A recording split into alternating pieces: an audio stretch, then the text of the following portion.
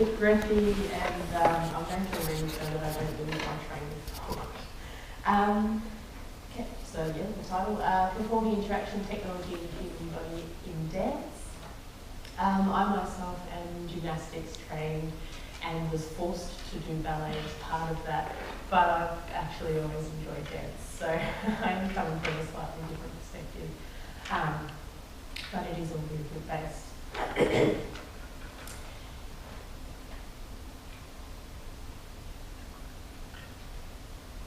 It's a beautiful spring day in October. There is a festive and excited atmosphere around the entire grounds at Montserrat, Australia's oldest living artist colony and arts centre, just on the outskirts of Melbourne. It is open day and the program of activities is full. The very basic tech run through the previous evening allowed for the performance framework to be installed, and it is still intact, thankfully, as I make my way around the gallery, double-checking the site. I warm up as I wait for my musician Simon to arrive. A small crowd has started to gather in front of the taped lines on the gallery floor, the safety lines that will hopefully keep the audience at a safe distance from my flying limbs.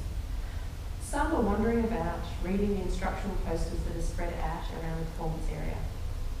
I organise my materials and Simon does a sound check. We have cardboard, gauze, metal sheets, copper cables, speakers, touchpads, powder paint and mobile phones. Without any formal cue, we begin. As Gabriella Giannacci notes in her 2004 publication, Virtual Theatres, An Introduction, the very etymology of the word technology, technique, indicates that technology is also an art, a craft, and shows how profoundly technology and art are linked. The integration of technology into performance practice with reference to video and photographic media has been fairly well documented. Today, however, the development and wide distribution of smartphones, tablets and small video recording devices enable a spectator to participate in performance, dance and art creation in a number of new ways, to mediate their own live experience through smartphone and tablet screen, to be guided through a live artwork or performance by smartphone or online instruction, and to extend and document an artwork or performance by uploading and recording material online via social media platforms. When science, including new technologies such as handheld smartphones and tablets, become involved in the creative process, questions are raised for the performer, dancer, choreographer. What happens to the creative process of the human performer? Does the integration of non-human and technological elements into body-based performance work limit the nature of physical inquiry or inspire it? Using these questions as stimulus material, performing interaction, this paper will hopefully engage academic and performer and choreographer as they explore current trends in and reactions to human and digital technology. So since writing the abstract for this conference, my research has taken a number of twists and turns, as it always does, because it is very much happening now. The first version was actually of the research was presented at an ANSA conference in Wellington last year, and then again at Sydney University in June this year. And initially I was interested to see how spectatorship is changing due to the wide use of handheld digital devices. Using a backdrop made up of theories pretty much centred around Merleau-Ponty's variety of phenomenology, Philip Auslander's exploration of liveness, and Giannacci's take on mediatised experience, the initial question was asking, to what extent does a spectator-controlled handheld device distract or affect the relationship between spectator and live performer?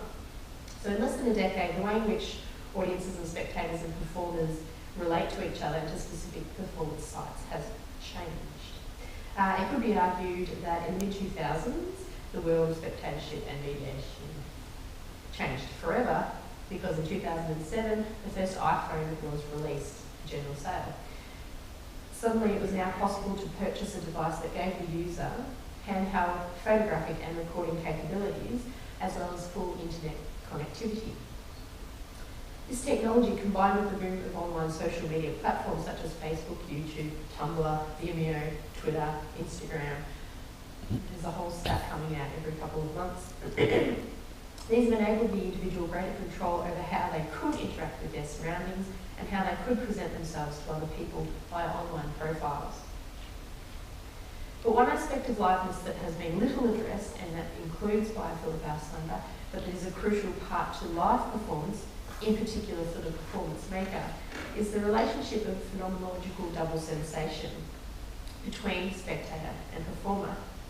What digital media often excludes is the ability of and the opportunity of the performer to watch and react to the spectator. While this isn't an essential consideration in all forms of live performance, it can be an important aspect of the creation of actions for the live performance maker, particularly one like a dancer who works with the body in motion. Considering that it has only been 8 years since the first iPhone was released, the lack of documentation and research into the effects of spectator-controlled live recordings on performance makers, choreographers and dancers is understandable. And it's most likely due to the comparatively recent introduction of such platforms and devices into general public consumption.